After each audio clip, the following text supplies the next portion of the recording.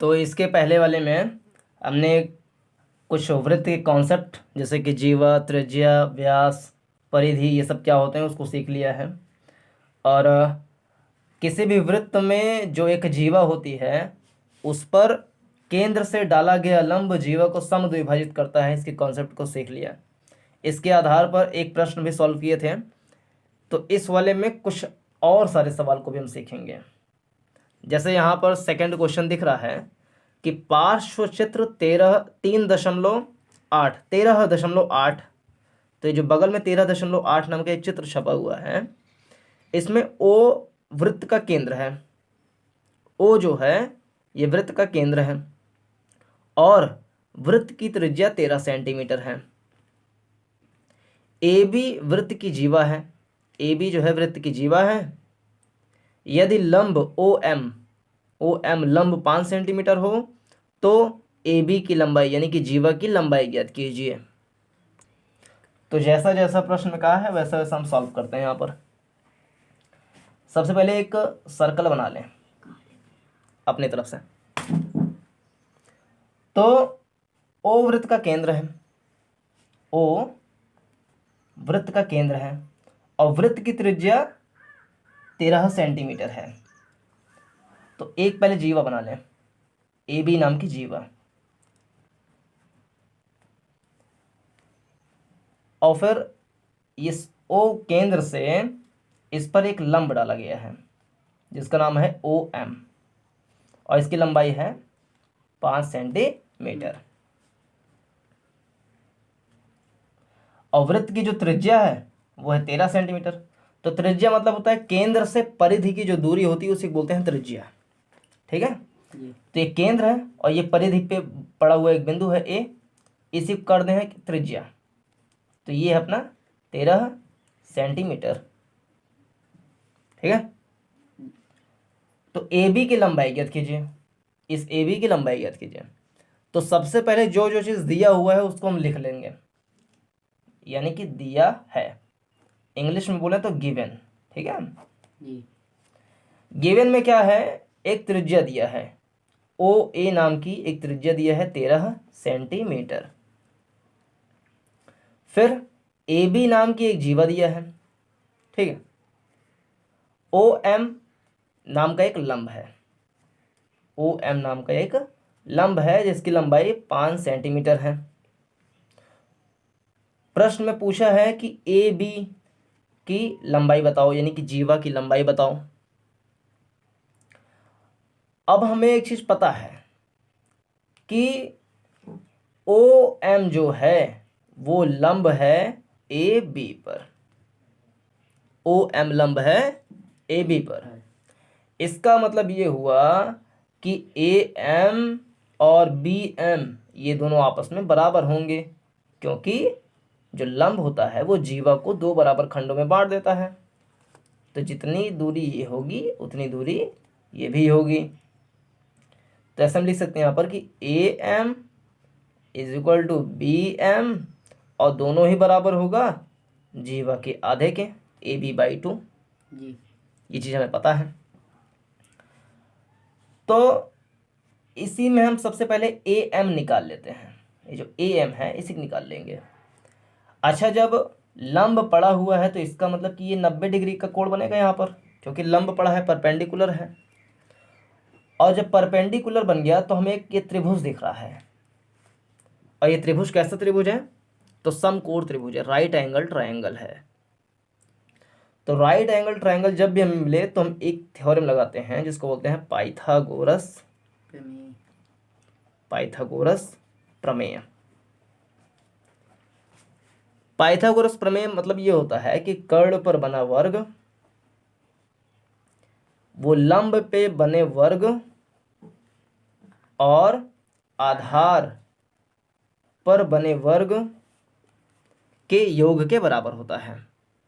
तो कर्ण ओ ए है, जो सबसे बड़ी भुजा होती है उसको कर्ण बोलते हैं। ठीक है, हाइपोटेनियस, वो 13 सेंटीमीटर है। तो कर्ण के नीचे 13 का स्क्वायर इज इक्वल टू लंब यानी कि ओ एम है 5 सेंटीमीटर, तो 5 का स्क्वायर हो जाएगा ये, और प्लस आधार इस वाले त्रिभुज में आधार कितना है, ए एम। ठीक है, तो आधार हो जाएगा ए एम, तो यहाँ पे लिख देंगे ए एम का स्क्वायर। अब 13 का स्क्वायर होता है 169 इक्वल टू 5 का स्क्वायर 25 प्लस ए एम का स्क्वायर। ठीक है, अब ए एम स्क्वायर यहीं रहेगा, 25 इस तरफ आ जाएगा तो माइनस में हो जाएगा, तो 169 minus 25 is equal to A M square. और 169 में से 25 को माइनस करेंगे तो 9 में से 5 माइनस हो 4 और 6 में से 2 माइनस हो 4 और ये 1 बचा, is equal to A M square. ठीक है, अब ये स्क्वायर इस तरफ आएगा तो बन जाएगा स्क्वायर रूट, यानी कि square root 144 is equal to A M. अब 144 का स्क्वायर रूट होता है 12। ठीक है, 12 centimetre is equal to A M, यानी जो आधार है वो 12 सेंटीमीटर लंबा है, मीन्स ये जो ए एम है ये 12 सेंटीमीटर है। लेकिन प्रश्न में तो पूछ रहा है कि ए बी की लंबाई बताओ, है ना, तो हम यहाँ पे ऐसे लिख सकते हैं कि ए बी जो है, ए बी वो ए एम के 2 गुने के बराबर होगा, यानी कि 2 गुणे ए एम। तो ए बी बराबर 2 गुणे ए एम की लंबाई है 12 सेंटीमीटर, क्या लिख दी 12, तो ए बी बराबर 12 दुने 24 सेंटीमीटर। ए बी की लंबाई हमने निकल लिया 24 सेंटीमीटर, ये हो जाएगा अपना उत्तर।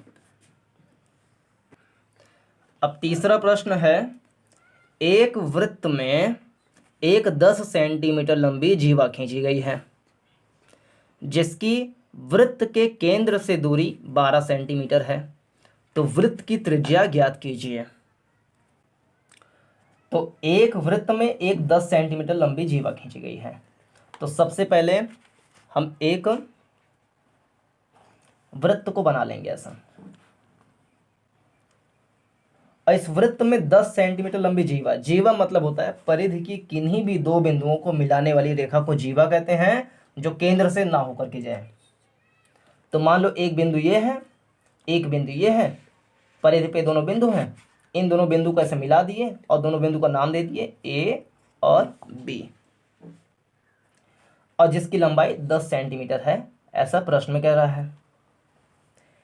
जिसकी वृत्त के केंद्र से दूरी 12 सेंटीमीटर है, मान लो कि ये वृत्त का केंद्र है और केंद्र का नाम भी रख दो ओ, तो इस वृत्त के केंद्र से जो जीवा की दूरी है वो 12 सेंटीमीटर है। इसका मतलब कि इस पर जो लंब डाला जाएगा वो लंब की लंबाई जो है वो है 12 सेंटीमीटर।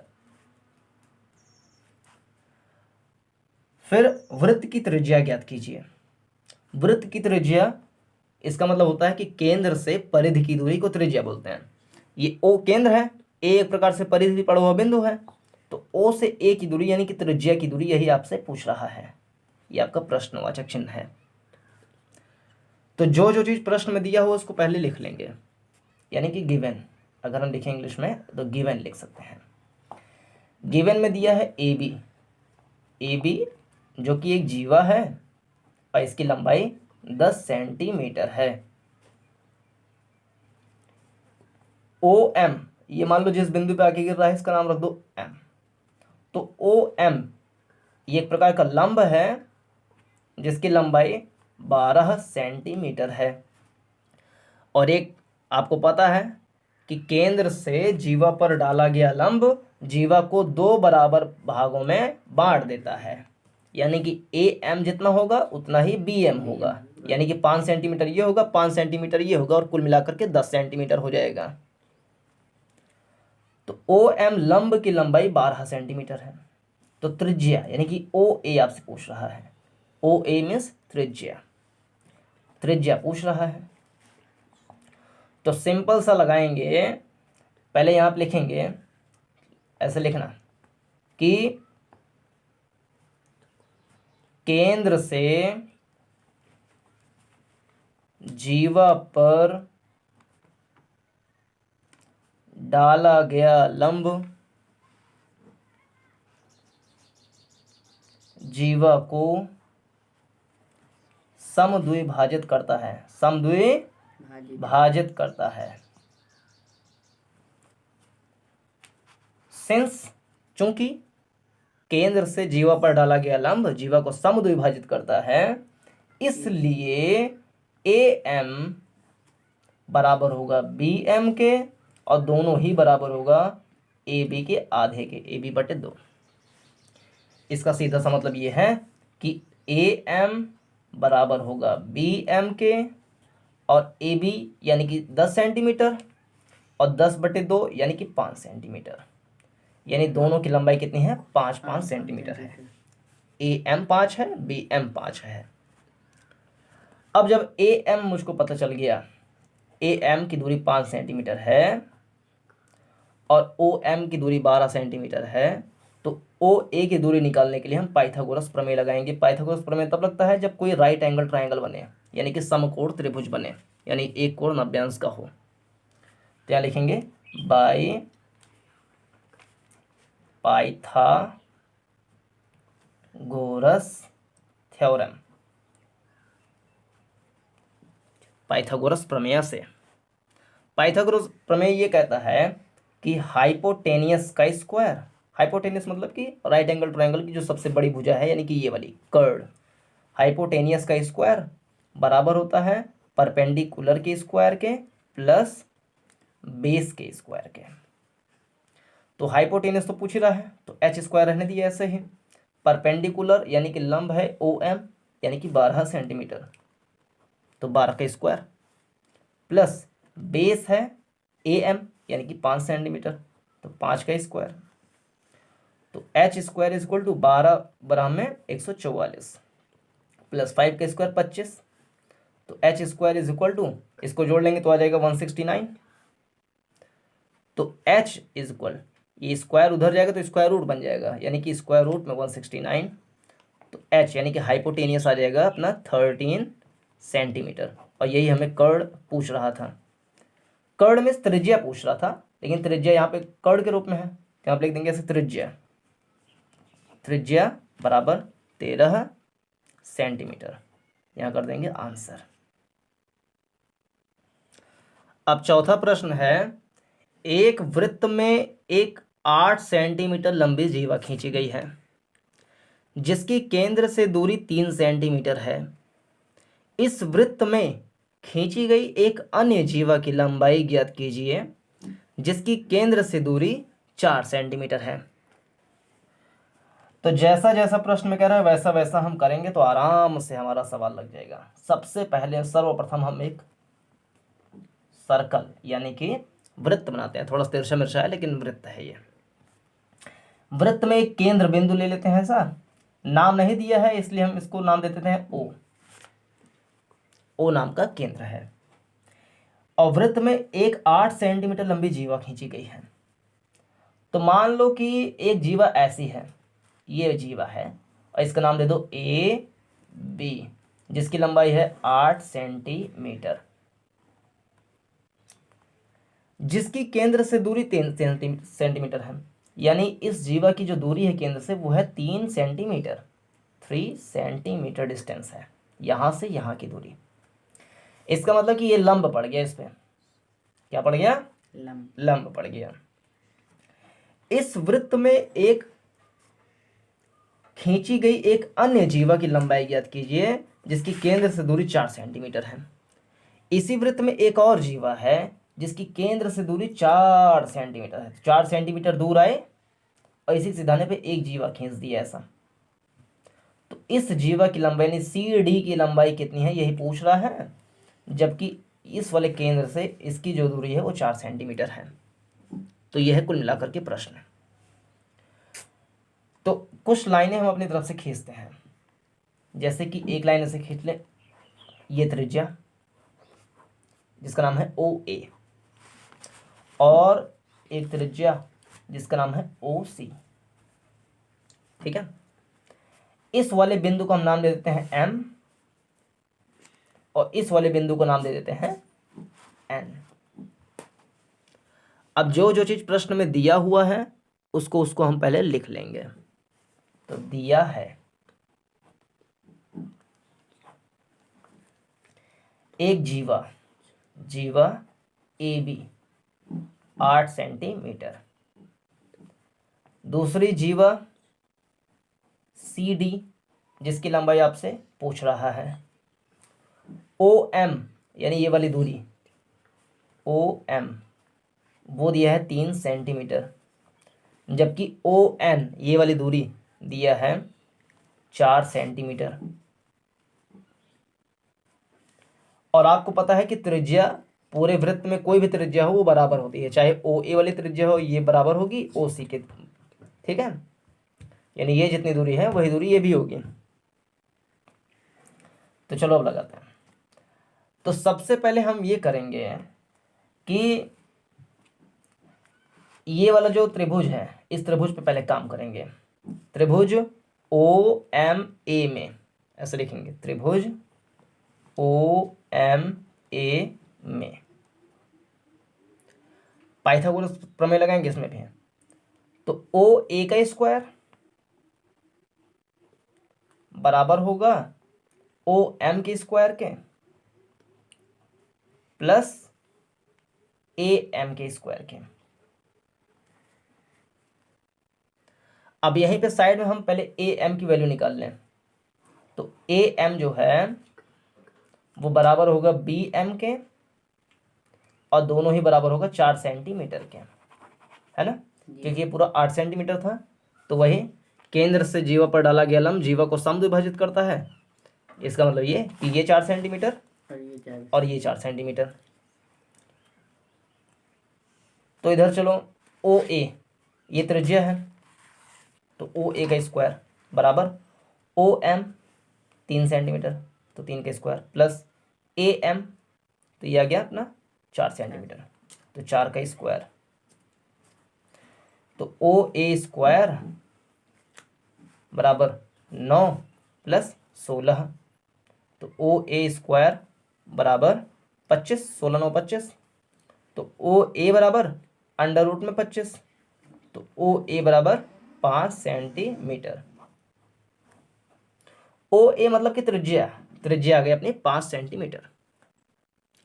अच्छा, अगर ये 5 सेंटीमीटर है तो ये भी OC भी 5 सेंटीमीटर होगी जी, क्योंकि किसी भी वृत्त में जो त्रिज्याएं होती हैं वो बराबर होती हैं।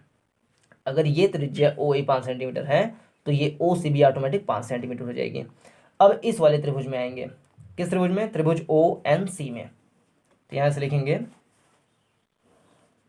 त्रिभुज ONC में वही पाइथागोरस थ्योरम, OC का स्क्वायर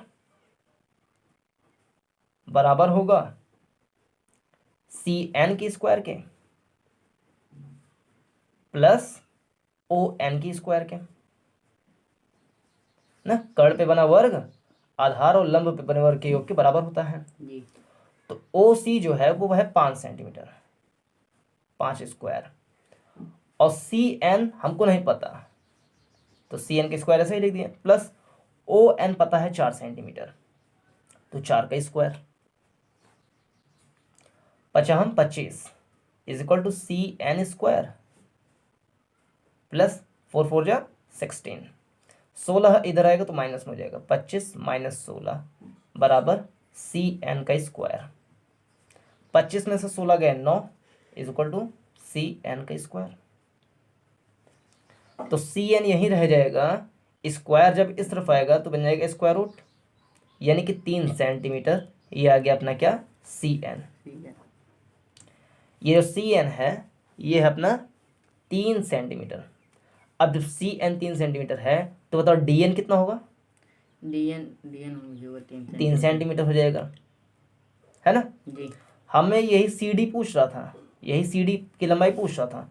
तो CD बराबर 2 गुणे CN, जो CD है वो CN के 2 गुणे के बराबर होगा जी। तो CD बराबर 2 गुणे CN की लंबाई हमने निकाल ली यहाँ पर 3 सेंटीमीटर।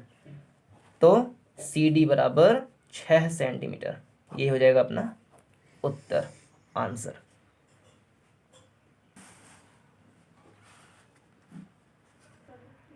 तो इस वाले में इतना ही।